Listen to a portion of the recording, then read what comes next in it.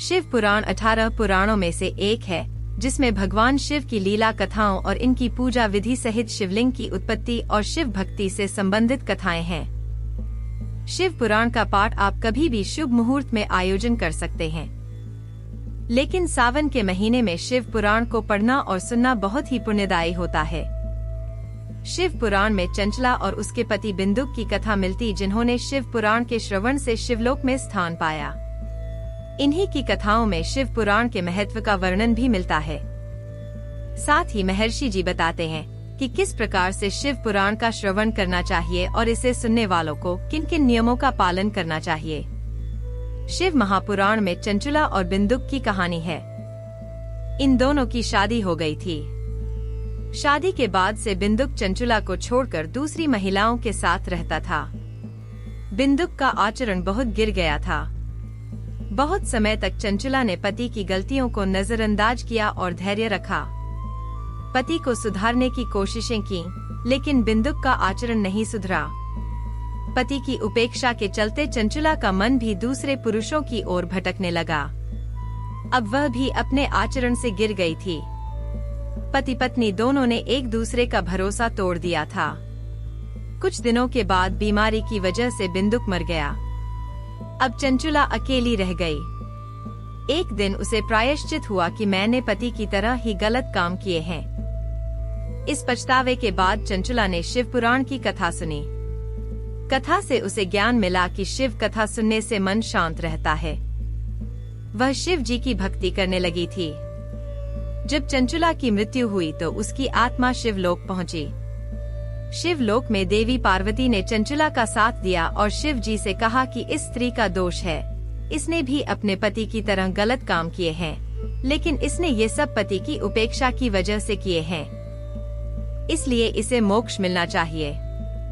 इसके बाद शिव जी और देवी पार्वती ने बिंदुक चंचला की आत्माओं से कहा कि वैवाहिक जीवन में पति पत्नी को एक दूसरे के लिए विश्वास और ईमानदारी रखनी चाहिए। शिव पार्वती की बातें सुनकर दोनों को अपनी गलतियों का पछतावा हुआ और उन्होंने भगवान से क्षमा याचना की।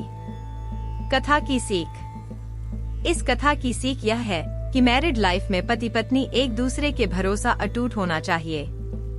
जब ये भरोसा टूटता है तो ये रिश्ता भी टूट जाता है। वैवाहिक जीवन में ईमानदारी बनाए रखेंगे तो आपसी प्रेम बना रहेगा। चलिए अब जानते हैं शिव पुराण सुनने वालों के लिए जरूरी नियम। नंबर 1, शिव पुराण का आयोजन जब भी करें तो संभव हो तो सभी मित्रों, कुटुंबों और जो भी इसे सुनने की इच्छा रखते हैं उन्हें इसकी सूचना दे दे, ताकि वह भी इसके श्रवण का लाभ ले पाएं। नंबर 2, शिव पुराण कथा श्रवण से पहले यह संकल्प करें कि आप ध्यान पूर्वक कथा का श्रवण करेंगे और मन को शिवजी की में लगाए रखने का प्रयास करेंगे। जब तक शिव पुराण का पाठ हर दिन समाप्त न हो जाए तब तक निराहार रहकर कथा का श्रवण करना चाहिए। नंबर 3, शिव पुराण श्रवण और पाठ का संकल्प लेने वाले को जब तक पूरा पाठ समाप्त न हो जाए एक समय ही भोजन करना चाहिए, साथ ही भोजन सात्विक होना चाहिए।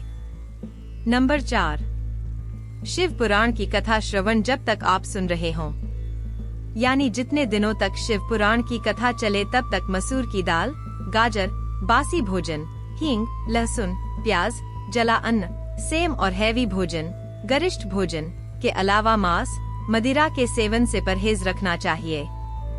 नंबर 5, शिव पुराण की कथा सुनने वाले व्यक्ति को उस समय अवधि तक ब्रह्मचर्य का पालन जरूर करना चाहिए जब तक कि कथा का समापन नहीं हो जाए।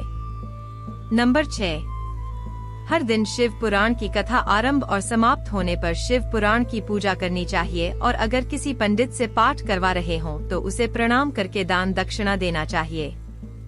नंबर 7, शिव पुराण में बताया गया है कि जो व्यक्ति बुद्धि भ्रष्ट हो जाने से परस्त्रीगामी हो जाते हैं उन्हें घोर नरक में जाना पड़ता है, जैसा कि चंचला के पति बिंदुक को नरक भोगन पड़ा था।